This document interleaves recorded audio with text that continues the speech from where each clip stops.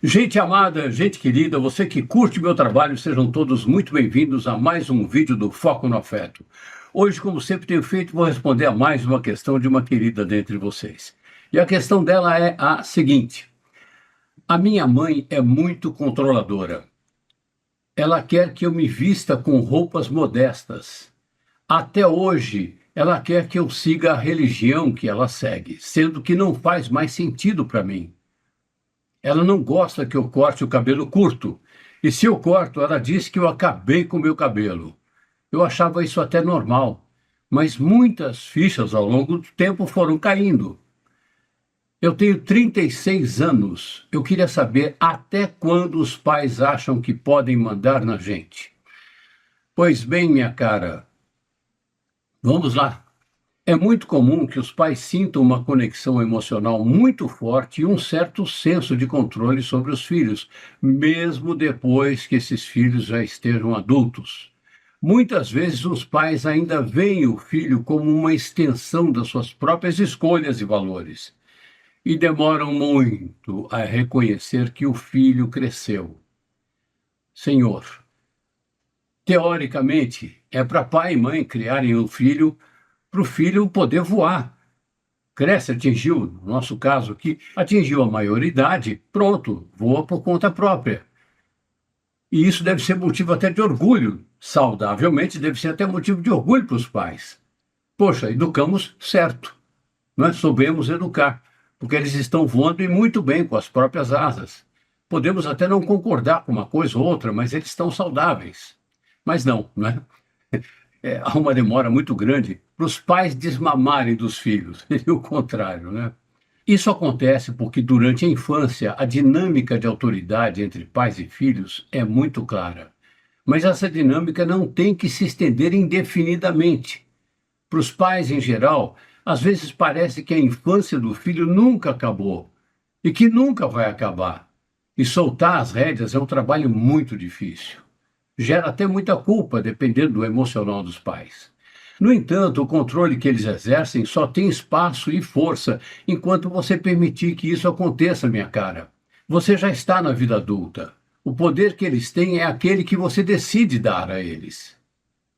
Uma mãe controladora raramente acorda pensando: hoje eu vou controlar a minha filha. Não, porque o controle está no automático. Normalmente a mãe acredita que está cuidando, protegendo, evitando que você tome decisões que podem ser prejudiciais ou arriscadas para você.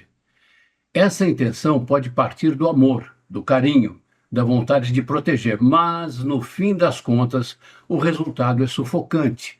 O afeto pode até estar presente, mas o modo como ele se manifesta na sua mãe, por exemplo, não se encaixa mais no seu momento de vida.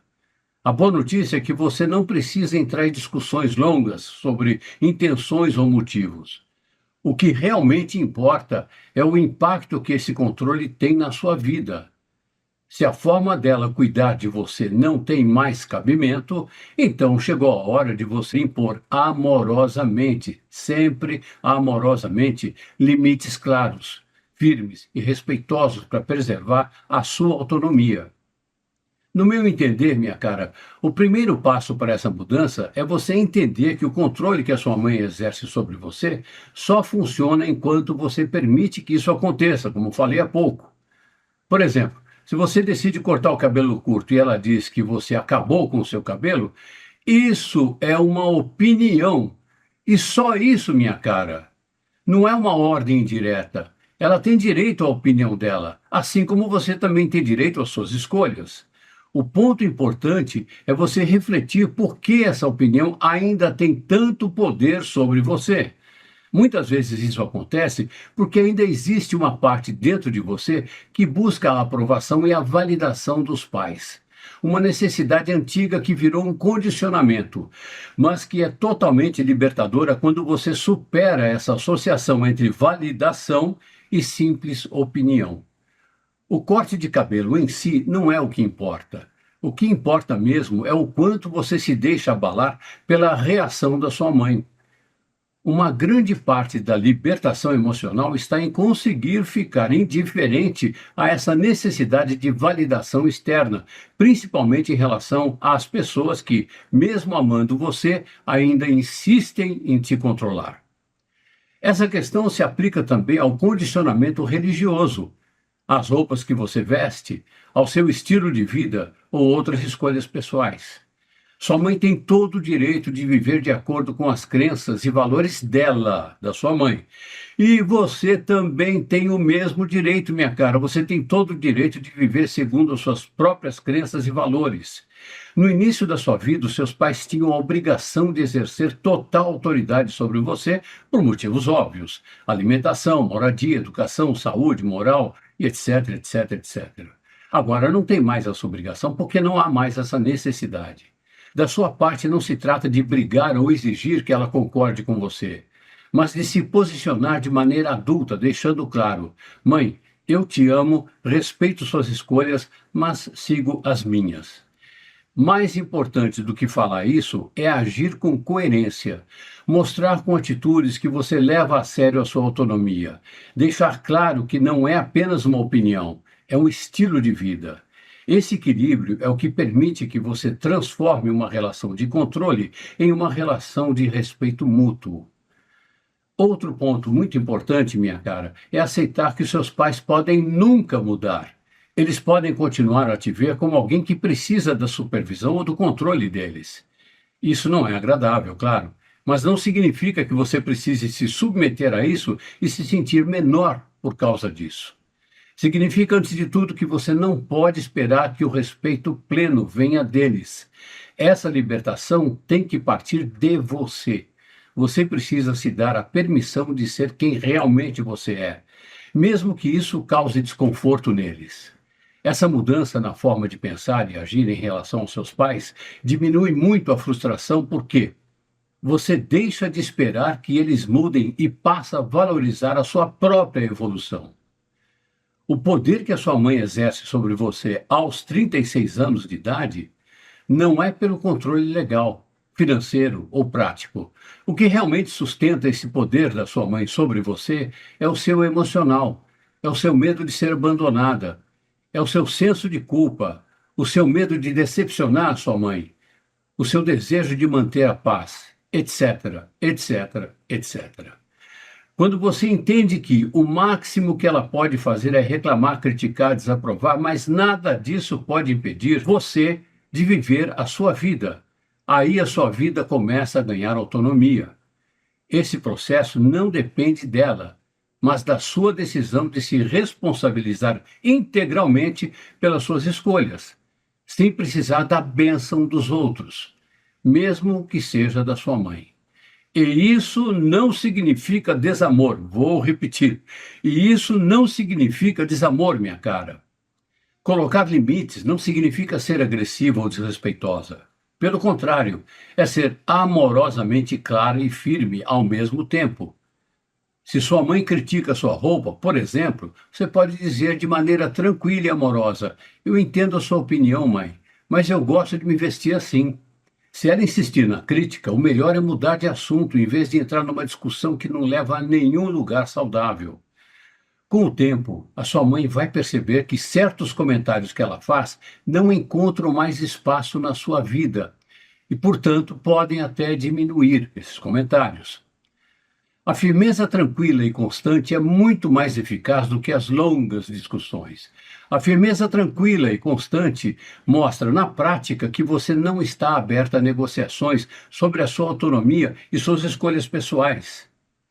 O medo de desapontar os pais é um dos grandes vilões nesse processo de dependência emocional.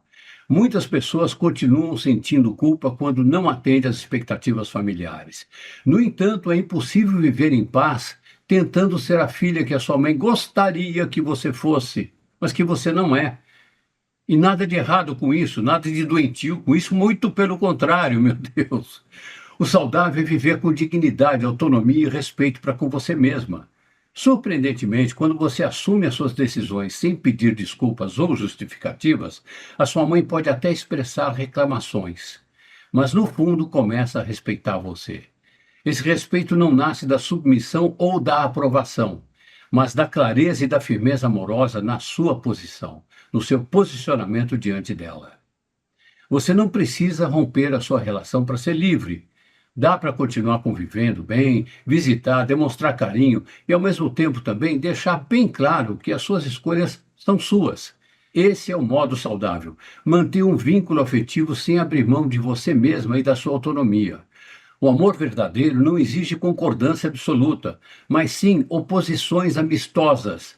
Oposições amistosas. Vou repetir, oposições amistosas. Eu não concordo com o que você está falando e nem você concorda com o que eu estou falando.